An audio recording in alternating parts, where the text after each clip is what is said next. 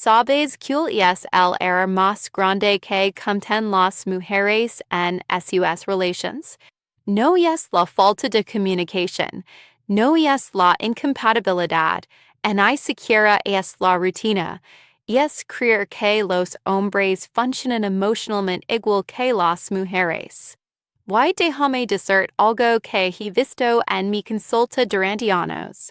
Mientras seguimos esperando que ellos precisan el amor, la intimidad y la conexión de la misma manera que lo hacemos nosotros, seguiremos sintiéndonos incomprendidos, frustrados y muchas veces profundamente solas dentro de nuestras relaciones. He dedicado mi vida profesional a entender cómo funciona el cerebro humano en las relaciones. Hay tres verdades psicológicas sobre los hombres que la mayoría de las mujeres desconocen completamente. Tres secretos.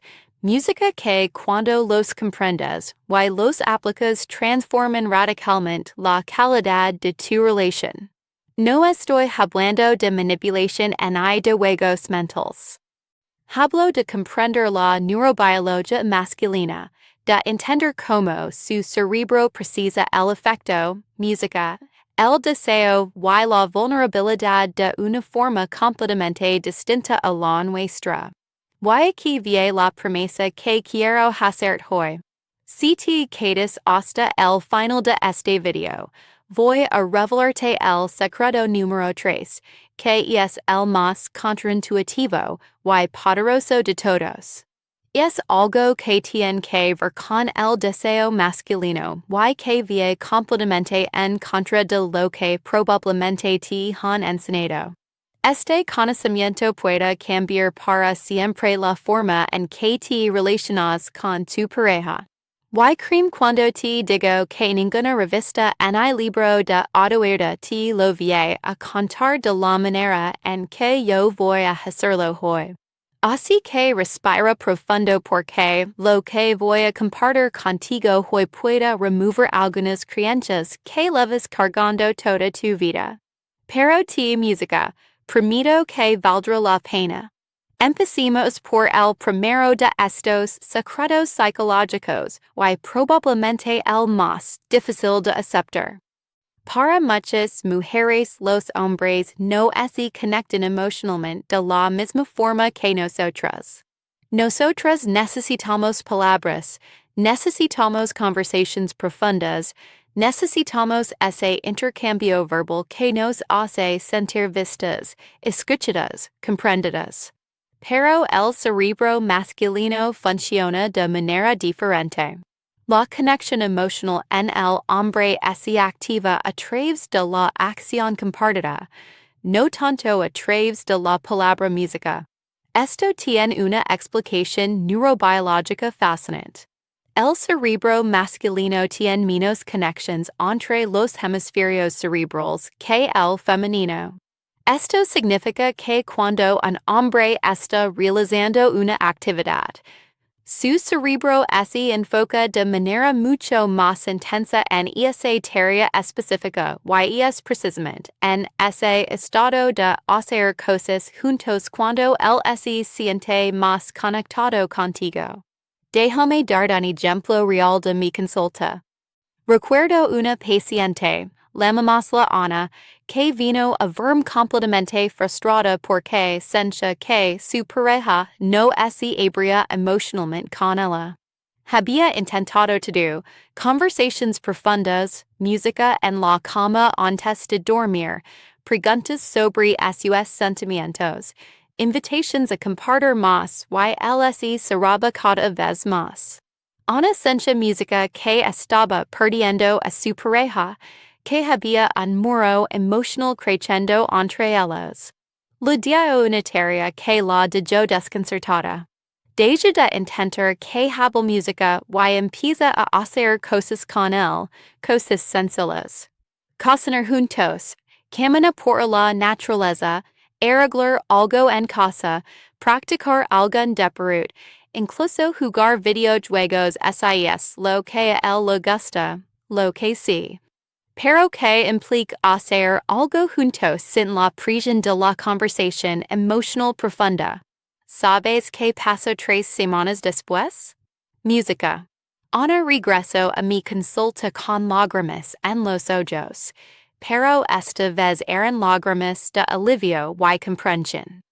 Me contó que durante una caminata por la montaña, mientras observaban el atardecer después de una ruta exigente, su pareja comenzó a hablar no porque ella lo presionara, sino porque en ese estado de actividad compartida, su cerebro masculino había bajado las defensas.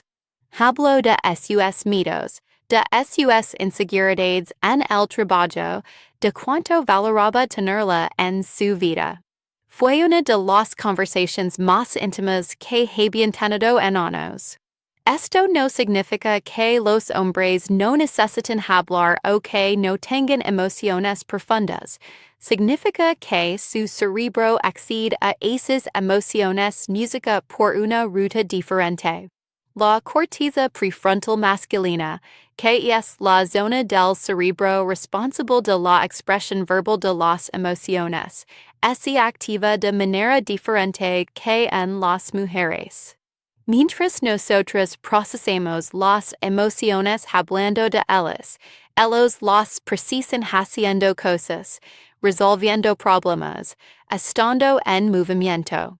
Y aquí viene algo crucial que muchas mujeres no comprenden.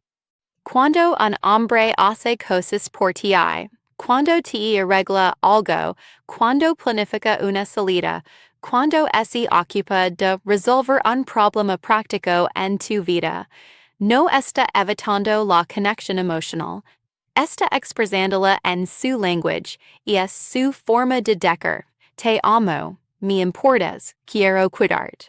El problema es que nosotros desde nuestro cerebro femenino interpretamos esas acciones como algo separado del amor. Música cuando en realidad es la expresión más auténtica del amor masculino. Piénsalo de esta manera. Cuando tu pareja pasa una tarde arreglando tu coche, no lo hace solo porque hay que arreglarlo, lo hace porque quiere que esté segura, porque quiere cuidar, porque esa es su forma de demostrar amor. Pero si tú no reconoces ese acto como lo que realmente es una expresión de amor, él se siente invisible, se siente como sus esfuerzos no importan y con el tiempo esa desconexión va creciendo. La neurociencia nos muestra que cuando un hombre está en modo acción, sus niveles de testosterona aumentan, lo cual a su vez activa circuitos de bienestar en su cerebro.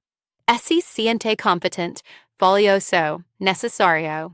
Y cuando tú reconoces y valoras esas acciones, cuando lo haces saber que ves lo que hace por ti, estás alimentando su necesidad más profunda, sentirse útil y valorado. Esta es una de las claves fundamentales del cerebro masculino en música, el amor. Entonces, ¿qué puedes hacer con esta información? Primero, empieza a buscar momentos de conexión a través de actividades compartidas. Música. No hace falta que sean cosas extraordinarias. Puede ser tan simple como preparar la cena juntos, dar un paseo después de cenar, ir al gimnasio juntos, trabajar en un proyecto común. Lo importante es que estén haciendo algo juntos sin la presión de tener que hablar de emociones constantemente. Segundo, aprenda a leer las acciones como lenguaje emocional. Cuando él hace algo por ti, reconocelo verbalmente. Me he dado cuenta de que has arreglado esto. Valoro mucho que hayas pensado en eso.